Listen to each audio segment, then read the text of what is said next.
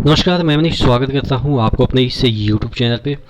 दोस्तों, थोड़ा सा जर्नी की वजह से, घर आने की वजह से और तबीयत ख़राब होने की वजह से जो लास्ट वीक का जो टॉप 10 कमेंट थे, यानी कि जून के लास्ट वीक का टॉप 10 कमेंट थे, उसको अपन नहीं लिया था, तो आज अपन लेते हैं। ठीक है, यानी कि आपके टॉप 10 कमेंट जो कि प्रीवियस एक सप्ताह का होगा, या जून के प्रीवियस एक सप्ताह का होगा, उसी को लेके हाजिर हैं। ठीक है, इससे पहले वीडियो शुरू हो, आपको भी पता है कि टेक्स्ट बुक आपके लिए लाया है ईयरली मॉक टेस्ट पास, जो कि आपको 299 में मिलता है। तमाम जो इंडिया के एग्ज़ाम हैं उसकी तैयारी करते हैं तो एक ही प्लेटफॉर्म पे आपको सभी एग्ज़ाम के मॉक टेस्ट मिल जाएंगे, और यहाँ पे बहुत सारे लोग मॉक टेस्ट लगाते हैं, जिससे आप ये कंपेयर कर पाएंगे कि लाखों लाख स्टूडेंट में आप कहाँ पे स्टैंड करते हैं। और जो भी मॉक टेस्ट लगाते हैं ऑब्वियस है कि सीरियस ही स्टूडेंट होंगे, तो आप एक बार ज़रूर डिस्क्रिप्शन बॉक्स में लिंक ज़रूर चेक कर लीजिएगा। तो ये जो पहला कमेंट है, देखिएगा, चेंज योर आइडेंटिटी नाम इनका है, जो भी हो। हालांकि कई बार नाम लेना पड़ता है, बहुत सारे लोग कहते हैं कि सर मेरा नाम आप नहीं लेते हो, तो कोई बात नहीं, नाम से क्या मतलब है, आपके जो कमेंट हैं, आपके क्वेरी हैं, वो मेन इंपॉर्टेंस रखता है। ठीक है, तो पहला कमेंट है, सर मेरा हाथ टूट गया था पर जुटने के बाद थोड़ा बेंड रह गया एल्बो के पास, तो क्या मेरा सिलेक्शन होगा ग्रुप डी में, डिस्क्वालीफाई कर दिया जाएगा। देखिए, मैं हमेशा इस मुद्दे पे हमेशा आपसे बातें करता रहता हूँ कि ये कोई इशू नहीं है कि आपका हाथ टूट गया है, पैर टूट गया है, क्या टूट गया है। आपका जो उसमें क्राइटेरिया है कि आप रनिंग कर लिए 1 किलोमीटर का, और जो बोरी उठाने का है वो कर लिए, उसके बाद अगर आपका आँख बेटर है, तो ये सब मतलब कि मेन चीज़ें हैं। उसके बाद हाथ टूटने पैर टूटने से कोई फ़र्क नहीं पड़ता है। ग्रुप डी के जॉब है ये, आपके आर्मी वाली जॉब नहीं है कि यहाँ पे चीज़ें आपको थोड़ा सा एकदम से जो मेडिकल है वो टाइट लिया जाएगा। यहाँ पे मेडिकल बहुत सारे चीज़ें ऐसी होती है जिसमें कि नेगलेक्ट फील किया जाता है, यानी कि अगर थोड़ा बहुत इधर उधर होता है तो उसको भी पास कर दिया जाता है। मेनली आपके आँख होते हैं बस।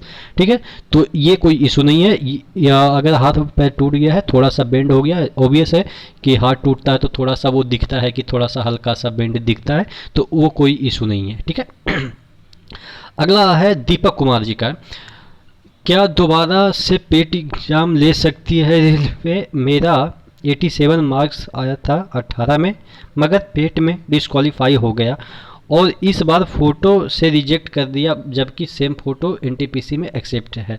तो देखिए, मैं हमेशा ये बताया हूँ कि जो पेट है वो एक ही दिन, जिस दिन आपका पेट का निकलता है कि आपको इस दिन पेट देना है, उसका कोई ऐसा नहीं है कि दोबारा आप खुद लिया जाएगा या डेट चेंज कर दिया जाएगा, जब तक कि वो खुद ना चेंज कर दे। खुद ना चेंज कर दे मतलब कि कुछ ऐसा, मतलब कि प्राकृतिक आपदा आ गया जिसकी वजह से पेट नहीं ले पाया सर एग्ज़ाम सेंटर वाले, तो वो जब तक खुद नहीं करता है तो आपका पेट दोबारा नहीं हो सकता है। ठीक है, तो दोबारा के लिए री अप्लाई भी कर सकते हैं, तो ऊपर भी नहीं होगा। री अप्लाई करने का कोई चांस ही नहीं है क्योंकि ऑप्शन ही नहीं है, तो पेट कभी दोबारा नहीं होता, यानी कि फिजिकल इफ़िशियंसी टेस्ट कभी दोबारा नहीं होता है। आप ये कहिएगा कि आज मेरा तबीयत ख़राब है, आज बुखार है, तो ये आप समझिए कि हम लोग का भाग्य है कि उस दिन अगर ऐसा ना भगवान करे कि किसी के साथ ऐसा इंसिडेंट हो, या किसी का ऐसा इंसिडेंट हो गया जिसकी वजह से वो समय पे पहुंच ना पाया, तो उसका दूसरे दिन होगा, तो ये नहीं हो पाता है। ठीक है, तो ध्यान रखिएगा कि पेट दोबारा नहीं होता है। ठीक है, पेट कभी भी दोबारा नहीं होता है। दोबारा तभी होता है जब वो खुद करवा दे। दोबारा तभी होता है जब वो खुद करवा दे। और कब ऐसी स्थिति आती है, जब कोई आपदा आ जाती है या किसी वजह से, हो सकता है उस समय वहाँ स्थिति ऐसी हो कि कर्फ्यू वगैरह का सिनेरियो हो, या कुछ ऐसा सिनेरियो हो जिससे कि पॉसिबल ना हो पाए। ठीक है, तो ये चीज़ें हैं। अगला है द का, यानी कि दी नाम ही है इनका, मेडिकल में भी गांधी जी चलते हैं सर, प्लीज रिप्लाई। देखिएगा, मैं इसको डायरेक्टली तो नहीं बोल सकता हूँ क्योंकि ये आपका जो प्लेटफॉर्म है वो सोशल मीडिया है, और मैं एज ए गवर्नमेंट एम्प्लॉय मेरी कुछ जिम्मेदारी बनती है कि मैं कुछ ऐसी चीज़ें ना बोल दूं जिससे कि मतलब कि जो रेलवे है उसके अगेंस्ट मेरी स्टेटमेंट चला जाए। तो बस आपको, आप भी पढ़े लिखे हैं, मैं भी पढ़ा लिखा हूँ, तो बस एक चीज़ मैं आपको बताता हूँ जिससे आप खुद ब खुद समझ जाइएगा, क्योंकि मतलब कि पढ़े लिखे लोगों के लिए इशारा ही काफ़ी है। जब मैं मेडिकल के लिए गया था तो वहाँ पे जगह जगह पे लिखा रहता था यहाँ पैसे देना मना, किसी को भी पैसे नहीं दीजिएगा, ठीक है। ऐसा पैम्पलेट वगैरह साटा गया था। और हमेशा लोग जो ऑफिसर मतलब कि ऑफिसर जो थे या ऑफिशियल जो लोग थे, वो हमेशा कह रहे थे कि किसी को आप लोग पैसे मत दीजिएगा, कोई अगर मांगे भी तो पैसे मत दीजिएगा, कोई भी ऐसा कोई मांगे तो आपको एक एग्जांपल और देता हूँ कि जब आप घी खरीदने दुकान पे जाते हैं तो वहाँ पे आप देखेंगे कि पैम्पलेट में लिखा रहता है कि यहाँ शुद्ध घी मिलता है। शुद्ध घी मिलता है, ये लिखने का क्या मतलब होता है कि कहीं कहीं आपको अशुद्ध भी घी मिलता है। यानी कि ये स्टेटमेंट तभी लिखा जा सकता है जब कहीं अशुद्ध घी मिलता होगा, यानी कि मिलावटी वाला घी मिलता होगा। तो ये स्टेटमेंट लिखने का मतलब आप समझ गए होंगे कि यहाँ पैसे नहीं लेना है या पैसे नहीं देना है, इसका मतलब आप समझ गए होंगे। बाकी मैं ओपनली नहीं बोल सकता, ये आप मेरी मजबूरी समझ लीजिएगा, ठीक है। अगला मतलब पढ़े लिखे लोग हैं, आप लोग समझ गए होंगे बाकी चीज़ें। आरा जिला ने कमेंट किया है, सर मेरा प्लेटफॉर्म का सेट 60+ स्कोर आता है, मुंबई बोर्ड में है, सिलेक्शन हो जाएगा। देखिएगा आरा जिला से हो गई ये प्लेटफॉर्म, जो कि अच्छा खासा अपने आप में एक मतलब कि रिप्यूटेड कोचिंग है पटना का, मुझे पता है। इससे बहुत सारे लोग क्वालिफाई किए। जब ऑनलाइन का ज़माना नहीं था ना, तो प्लेटफॉर्म काफ़ी मायने रखता था, हालांकि अभी भी रखता है, लेकिन थोड़ा सा अब क्या हो गया कि जो शिक्षा है या आप कह सकते कंपटीशन है वो डिसेंट्रलाइज हो गया। यानी कि एक पहले सेंटर हुआ करता था कि जितने भी बड़े कोचिंग है, 2-4 कोचिंग है, वही पूरे बिहार के स्टूडेंट को खींच रखे थे। लेकिन अब क्या है कि दिल्ली के कोचिंग भी आपके हाथ में आ गए, मुंबई के भी कोचिंग आपके हाथ में आ गए, प्रयागराज के भी आपके हाथ में आ गए, बनारस के भी टीचर आपके हाथ में आ गए। तो शिक्षा है वो डिसेंट्रलाइज हो गया है, ऑप्शन लोगों के पास बढ़ गया है, ठीक है। तो वो तो उस मुद्दे पर नहीं जा रहे हैं। इनका कहना है कि इसमें 60+ ला रहे हैं और मुंबई बोर्ड से है, तो क्या हो सकता है। देखिए सही है, 60+ सही है, उनका सेट भी प्लेटफॉर्म का अच्छा है, स्टैंडर्ड है, ऑब्वियस है, रिपोर्टेड कोचिंग है तो स्टैंडर्ड ही बनाते हैं। लेकिन आप ट्राई कीजिए कि इसको 65 के अराउंड लेके जाइए, ठीक है ना। सिलेक्शन तो होगा ही, क्यों नहीं होगा, 60 अराउंड में हो जाता है, लेकिन आप इसको ट्राई कीजिए कि 65+ रखिए। अभिमन्यु का कमेंट है, RC Hajipur group D category ST का कट ऑफ बताइए प्लीज़ ब्रो। और 2019 वैकेंसी भाई, मैं आईटीआई 2018-20 सेशन से पास कर गया हूँ, कुछ दिन पहले रिजल्ट आया है, वैकेंसी में कुछ उनका बेनिफिट मिलेगा। देखिए ये चीज़ें मेरे ऊपर अप्लाई होती है, मैं भी हाजीपुर से इस बार ग्रुप डी अप्लाई किया हूँ। वो अलग बात है कि उस समय अप्लाई कर दिया था, करना भी चाहिए, सिलेक्टेड है तो इसका मतलब थोड़े ना है कि मैं नहीं करूँगा। मैं ऑलरेडी जॉब कर रहा हूँ ग्रुप डी में, तो इसका मतलब ये तो नहीं है कि मैं अपने घर में नहीं आना चाहूँगा। मेरा घर भी नालंदा ज़िला है, तो यानी कि हाजीपुर कौन नहीं चाहेगा कि मेरा हो जाए।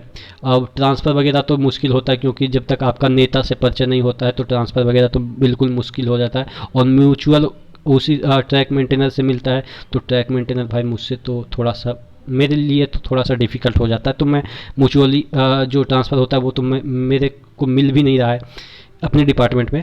तो मैं भी हाजीपुर से अप्लाई किया हूँ आरसी ग्रुप डी, और मेरा भी सेशन आईटीआई मैंने भी स्टार्ट कर दिया था। देखिए मैं कितना फ्रस्ट्रेटेड बंदा था, आप मुझसे सीख सकते हैं। मैं बीटेक करके 2018-20 का सेशन में आईटीआई में नाम लिखाया था, 1 साल हो गया था, तो फिर 18,000 पे भी मैंने कर दिया था। फिर मैं दोबारा एग्ज़ाम देने नहीं गया, क्योंकि मेरा तो सिलेक्शन हो गया था और एक ही समय में मैं आईटीआई और जॉब तो कर नहीं सकता था, तो इस वजह से मैंने आईटीआई बीच में ही छोड़ दिया। बीटेक तो मेरा है ही है। तो आप समझ सकते हैं मेरे पास भी जॉब नहीं था, तो इतना फ्रस्ट्रेशन में बीटेक से आईटीआई पे मैं आ गया था कि आईटीआई डिग्री रहेगा तो कम से कम कुछ स्कोप खुलेंगे, क्योंकि बीटेक पे तो इवन जेई का भी मतलब कि एलिजिबल नहीं होते हैं। स्टेट का जो जेई है उसमें भी हम लोग भर नहीं सकते हैं, वो डिप्लोमा वाले को भरने के लिए अलाउ करते हैं, हम लोग को अलाउ नहीं करते हैं। तो ये चीज़ें मेरे साथ हो रही थी, तो मैं भी इसमें अपना जो भी लाइफ का जो पार्ट था वो भी मैंने शेयर कर दिया। तो अब बात कर लेते हैं कि जो 2019 के ग्रुप डी में आपने अप्लाई किया है और 20 में ये जो पास आउट आप आईटीआई हुए हैं, तो इसका कोई बेनिफिट मिलेगा? देखिए इसका कोई बेनिफिट नहीं मिलेगा। हाँ, आप जब जॉब करने लगेंगे तब ये वाला जो सर्टिफिकेट है उसका बेनिफिट मिलेगा प्रमोशन वगैरह में, ठीक है। तो आशा करते हैं चीज़ें समझ में आई होगी। खलीफा साहब का एक कमेंट आया है, सर कोविड के दोनों वैक्सीन लगाना ज़रूरी है क्या एग्ज़ाम से पहले, या सिर्फ पहले वैक्सीन से ही, या सिर्फ पहले वैक्सीन से काम चल जाएगा? देखिए आप वैक्सीन ना भी लगाएं तो इसका कोई फ़र्क नहीं पड़ता आपके एग्ज़ाम पे, आपका एग्ज़ाम पे कोई फ़र्क नहीं पड़ता, क्योंकि एग्ज़ाम्स में ये नॉर्म कभी नहीं मतलब रहेगा कि आपका वैक्सीनेशन होना ही है, क्योंकि अभी तक ये गवर्नमेंट की नॉर्म्स नहीं आए हैं कि कोई भी आप सेंट्रल गवर्नमेंट के एग्ज़ाम हो या स्टेट गवर्नमेंट के एग्ज़ाम हो, उसमें बैठने के लिए आपको वैक्सीनेशन मस्ट है। स्वेच्छा, ये जो वैक्सीनेशन है वो स्वेच्छा से है, नहीं तो अगर मस्ट होता तो पकड़ पकड़ के वैक्सीनेशन किया जाता। क्यों सरकार कहती है कि आप लोग वैक्सीनेशन करवाइए, अच्छा चीज़ है, इससे आप मतलब स्वस्थ रहेंगे, ये वो, आपको कोविड नहीं होगा। इतना मतलब कि माल में लव्वल क्यों करते हैं वो? सरकार आपको ये प्रोत्साहित कर रहे हैं कि आप वैक्सीन लगवाएं, ज़बरदस्ती नहीं है कि आप वैक्सीन लगवाएं ही लगवाएं, ठीक है ना। तो ये वही चीज़ें हैं कि अगर वैक्सीन नहीं भी लगवाते हैं तो कोई फ़र्क नहीं पड़ता, एक भी लगवा लेते हैं कोई फ़र्क नहीं पड़ता, डबल भी लगवा लेते हैं कोई फ़र्क नहीं पड़ता। एग्ज़ाम के पॉइंट ऑफ व्यू से मैं बात कर रहा हूँ, फ़र्क नहीं पड़ता पड़ता वो तो आप जानते हैं कि वैक्सीन लगाने से क्या होता है क्या नहीं होता है, आप पढ़े लिखे इंसान हैं तो आपको पता होगा। आप इतना तो मतलब कि इलिटरेट नहीं है कि जो गांव वाले कहते हैं ना, वैक्सीन लगाने से नपुंसक हो जाता है, वैक्सीन लगाने से बच्चा पैदा नहीं कर सकता है, वैक्सीन लगाने से मर जाएगा, ये वो, मतलब कि बहुत सारी चीज़ें। मैं एक बार देख रहा था कि मेरी मम्मी मतलब कि हेल्थ डिपार्टमेंट में है, तो मैं उनके साथ एक बार गांव विजिट कर रहा था, तो मैं देखा कि अपने बच्चे को पोलियो ड्रॉप पिलाने गई थी मेरी माँ, तो अपने बच्चे को घर में घुसा ली जो और भी जो इलिटरेट महिला थी, और वो हमारी मम्मी को क्या बोलते हैं कि अब मेरा बच्चा मर जाएगा तो तुम मतलब कि जिम्मेदारी लेते हो। हम कहे कि यार ऐसे लोगों को कैसे पोलियो ड्रॉप पिलाया जाए, मतलब मेरे मतलब मुझे इतना गुस्सा आया ना कि क्या यार, इतने लोग जाहिल होते हैं। तो उसी तरीके के आप समझदार हैं तो ये सब चीज़ों पे मत पड़िएगा, वैक्सीन जरूर लगवाइएगा। सुजीत कुमार बोल रहे हैं, अगर मॉक टेस्ट में रा मार्क्स 55 है गोरखपुर से तो क्या सिलेक्शन होगा एससी? देखिए रा मार्क्स 55 है, ग्रुप किस में है? मॉक टेस्ट में, अच्छा 55 है। देखिए मॉक टेस्ट में हमेशा आप मान के चलिए कि 5 नंबर ज़्यादा लाइए, क्योंकि वहाँ पे देखिए मॉक टेस्ट में सही है कि आप 55 ला रहे हैं, लेकिन टेम्परामेंट जो मॉक टेस्ट है और जो रियलिटी है उसमें थोड़ा सा डिफरेंस ला देता है 2-3 नंबर का, ठीक है। आप जाइएगा एग्ज़ाम हॉल में तो जो आपका हल्का भी क्वेश्चन रहता है ना, वो आपको मॉडरेट लेवल का दिखने लगता है, क्योंकि वहाँ पे आपको ये रहता ना कि इस बार नहीं हुआ तो क्या होगा, ये एकदम से फाइनल है, इस तरह के जो चीज़ें आती है ना, जिसकी वजह से कुछ क्वेश्चन गलत हो जाते हैं। तो आप ट्राई कीजिए कि 55 को 60 में कन्वर्ट कीजिए। एससी है तो बेनिफिट तो मिलेगा, लेकिन आप ट्राई कीजिए कि जनरल जैसा फाइट कीजिए, ठीक है। अगला है मयंक चौधरी, इनका थोड़ा फनी कमेंट रहता है, तो एक बार मैं सोचा कि इनका भी कमेंट ले लिए करूँगा, क्योंकि ये बहुत बार कमेंट करते हैं, मज़ा आता है इनका कमेंट पढ़ के। मैं चमन्नी छाप हूँ, मैं समझ गया कि आप क्या बोलना चाह रहे हैं लेकिन बहुत मोटिवेशनल चीज़ें इन्होंने लिखा है। मैं रिश्तेदारों की नज़रों में, लेकिन अब मैं बेशर्म हो गया हूँ, सुन लेता हूँ। सही बात है, बेशर्म होना पड़ता है भाई। मैं भी गाँव में रहता था, मैं बता रहा हूँ ना, रहता तो नहीं था, मतलब कि गाँव में रह के ग्रुप डी निकाल दिया। कैसे, मैं आपको ये भी स्टोरी बता देता हूँ कि मैं पहले तो 3 साल कोटा में इंजीनियरिंग की तैयारी की, उसके बाद फिर बेंगलोर गया। बेंगलोर में थोड़ा सा फाइनेंशियल प्रॉब्लम आ गया, बेंगलोर कॉलेज में एडमिशन लिया था, फाइनेंशियल प्रॉब्लम आया तो वहाँ से छोड़ दिया। उसके बाद 4 साल मैंने लखनऊ में इंजीनियरिंग किया।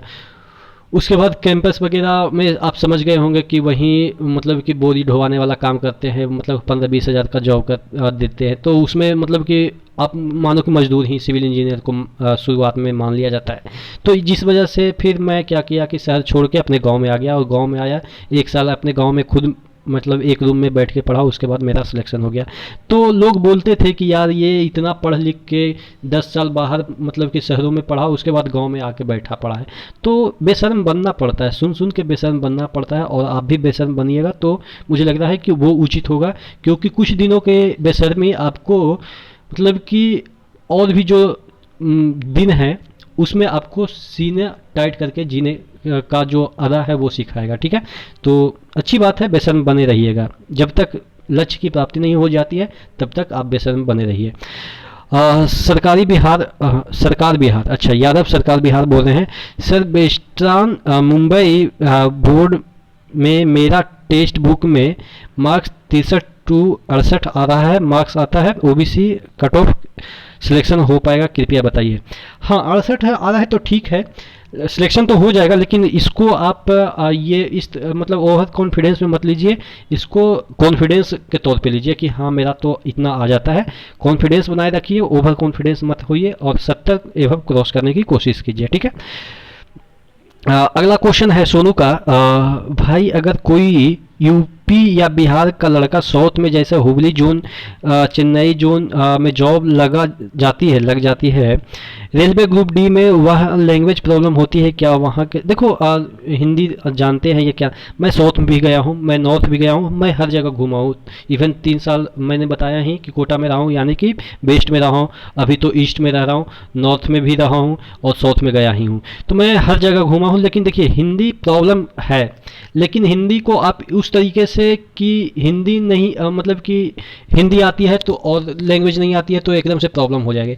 मैं साउथ में गया, अच्छे से बात हो जाती है, कोई दिक्कत नहीं होती है। मतलब बेसिक जो चीज़ें होती है ना, आपको क्या करना है, वहाँ घर तो बसाना नहीं है ना, धीरे धीरे वो भी सीख जाइएगा, वहाँ का लैंग्वेज भी सीख जाएगा। जैसे मैं अभी 1-1.5 साल से रह रहा हूँ ईस्ट में, हमको असमीज नहीं आती है, बंगाली नहीं आती है, लेकिन हम इतना समझ लेते हैं कि सामने वाला अब क्या बोल रहा है, तो धीरे धीरे हो जाता है। मैं भी जब गया था तो मुझे भी कुछ नहीं समझ में आती है, और ये टेक्नोलॉजी का ज़माना है तो आप कुछ चीज़ें मतलब कि मोबाइल से देख सकते हैं कि इसका मतलब क्या होता है। तो बेसिक चीज़ें हैं, आप सब्जी वगैरह खरीद सकते हैं, दुकानदार से बात कर सकते हैं टूटे फूटे लैंग्वेज में, कोई दिक्कत नहीं है। ये सब डराने वाली बात है, ये पहले के ज़माने में होते थे कि कुछ नहीं आता है तो कैसे होगा, मतलब कि लैंग्वेज प्रॉब्लम पहले का चीज़ था। अब तो टेक्नोलॉजी है, टेक्नोलॉजी के अब सपोज आपको भिंडी का तेलुगु नहीं आता है बोलने के लिए, सामने वाले को भी तेलुगु नहीं मतलब कि हिंदी समझ में आ रहा है, वो तेलुगु बोल रहा है, आप हिंदी बोल रहे हैं, तो आप भिंडी का एक पिक्चर दिखा दीजिए ना कि हमें ये चाहिए, ठीक है।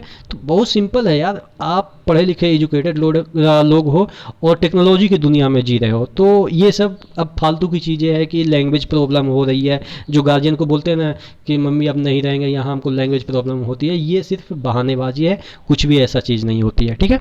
तो ज़िंदगी जीने के लिए, पेट के लिए तो आदमी क्या से क्या कर सकता है। आप तो लैंग्वेज की बात कर रहे हो अभी, और इस ज़माने में नौकरी और लैंग्वेज में अगर कंपैरिजन किया जाए तो लैंग्वेज तो साला मैं ये कर रहा हूँ ना कि मतलब कि साउथ अफ्रीकन या नाइजीरिया का भी लैंग्वेज रहे ना तो पर भी आदमी सीख ले नौकरी के चक्कर में, ठीक है। तो ये सब कोई बड़ा इशू नहीं है। आशा करते हैं जितने भी आपके क्वेरी थे रिप्लाई देने का भरसक प्रयास किया कि अच्छे से रिप्लाई दे पाया, और इसी तरह से आप कमेंट करते रहिए। नेक्स्ट वीडियो मिलते हैं, तब तक के लिए धन्यवाद।